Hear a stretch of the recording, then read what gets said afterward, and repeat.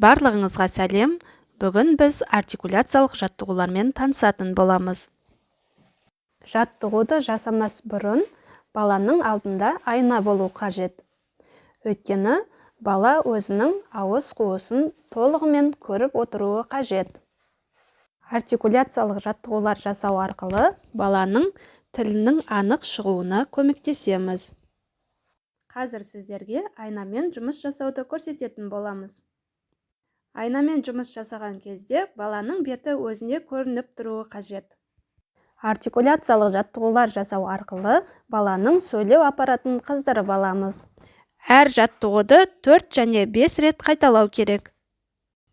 Қане Анжу, бақа жаттығуын жасаймыз. Ол үшін біз ернімізбен жымиып, қайта қалпына келтіріп отыруымыз қажет. Қане, жымиямыз. 1, 2, 3, 4, 5. Жарайсың. Келесі жаттығуымыз қаша деп аталады, яғни шарбақ жаттығуы. Ол үшін біз үстіңгі және астыңғы тістеріміз көрінетіндей етіп, қиналмай жымиюымыз керек. Қане Анжу, жасаймыз. Дұрыс. 1, 2, 3, 4, 5. Тамаша. Келесі жаттығуымыз саңырау құлақ деп аталады. Жалпақ тілімізді жоғары көтеріп, қатты таңдайға жабыстырамыз.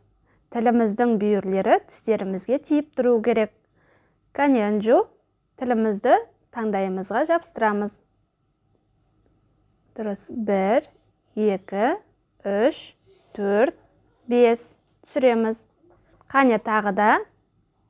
Жарайсың. Келесі жаттығу ат жауып келеді деп аталады. Таңдайымызды қағамыз. Қане Анжу. Жарайсың. Келесі жаттығуымыз тіс тазалау деп аталады. Тілімізбен жоғарғы және төменгі тістерімізді айналдырып тазалаймыз. Қане Анжу, аузымызды ашамыз. Тілімізбен тісімізді тазалаймыз. 1, 2, 3, 4, 5. Тамаша. Келесі жаттығу бегемот деп аталады. Аузымызды кең қып ашамыз. А деп айтқан секілді кең қып ашамыз. 1, 2, 3, 4. Жарайсың. Келесі жаттығуымыз тарақ жаттығуы. Ол үшін біз аузымызды ашып, тістеріміздің ортасынан тілімізді тарақ секілді тараймыз. Қане. Дұрыс. 1, 2, 3, 4, 5. Жарайсың. Келесі жаттығуымыз тәтті тосап деп аталады. Ол үшін біз аузымызды ашып, тілімізбен үстіңгі және астыңғы еріндерімізді айналдырып жалаймыз. 1, 2, 3, 4, 5. Тамаша.